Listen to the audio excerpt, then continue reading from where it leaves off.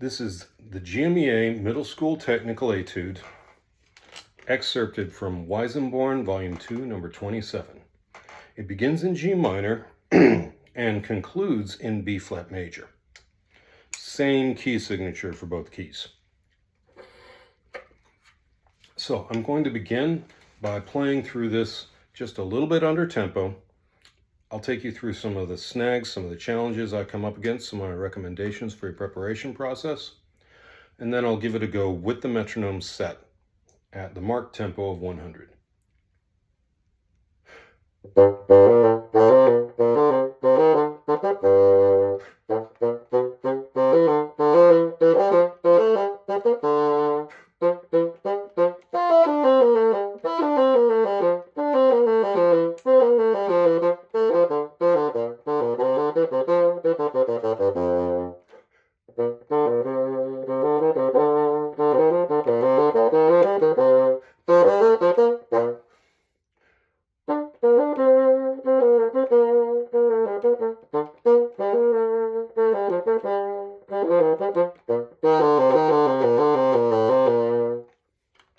So you can hear that I'm attempting to bring out all the dynamic contrasts that are on the page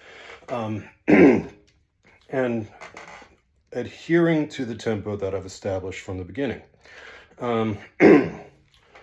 So you will want to keep your key signature in mind, of course. Feel free to mark in any E flat, any flats that you need reminding of, B flats, E flats. Notice that there's a lot of E naturals in the second and third lines, but then it goes back to all B flats, all E flats all the time for the last section. Now, in order to learn all the notes, first off, don't think about your final tempo as you're learning this piece. If you want a metronome marking, I'd say set the metronome at like 60 in terms of learning the notes. Excuse me. And as you're learning, you might feel a little overwhelmed by all the 16th notes that go flying by. And I'm going to give you a little, I'm going to let you in on a little secret. I get overwhelmed as well, which is why I see a slew of 12 16th notes in the very end. How can I deal with all those 16th notes? Well, I don't deal with them all at once, any more than I eat a steak in one bite. I cut it into little pieces.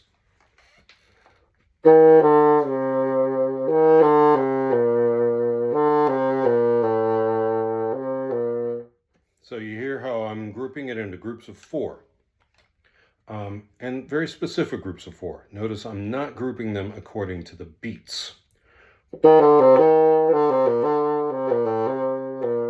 That's really clunky and doesn't have a lot of flow. Rather, I'm thinking 1 E and, a 2 E and, a 3 E and, a 4. I'll play that again.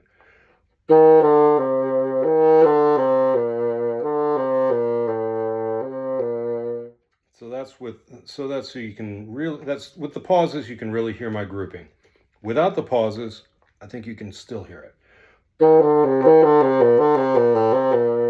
And it comes out nice and smooth. So try to learn about 4 notes at a time.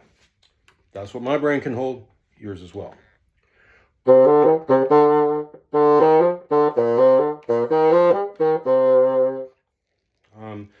Couple of fingering issues, a whole lot of D's to E flats that we're dealing with. In bar 20, I leave out the right hand in the second of those E flats. And I think you can hear the difference between those 2 notes when I play it slowly. When it's up to tempo, it doesn't matter.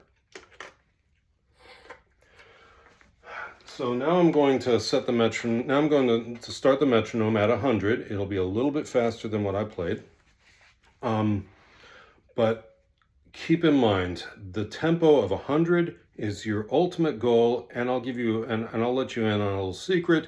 The panel is not going to be holding up a metronome checking, are you at 100? So if you're comfortable, if your comfortable tempo, you get it up to say 92. And you can get through the piece and play the piece well with dynamics, with flow. That's what the panel is going to be listening for. 88, who cares? The tempo marking at the top of the page is the least of your priorities.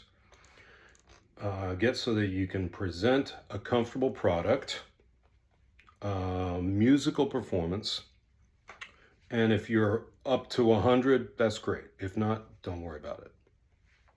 At this point, I'm just procrastinating. So here we go.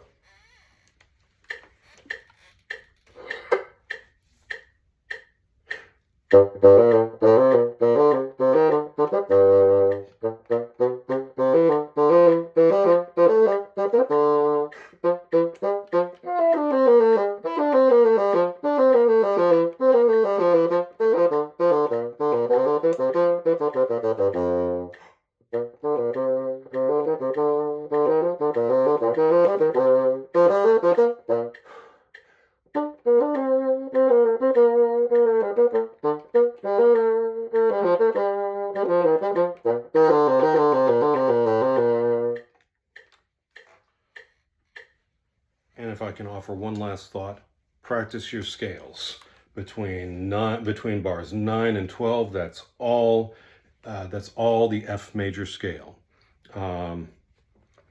Yeah, that's all the F major scale starting on different notes. I hope this was helpful. Shoot me an email if you have any questions, if there's anything else I can help you with, and good luck with your presentation, preparations.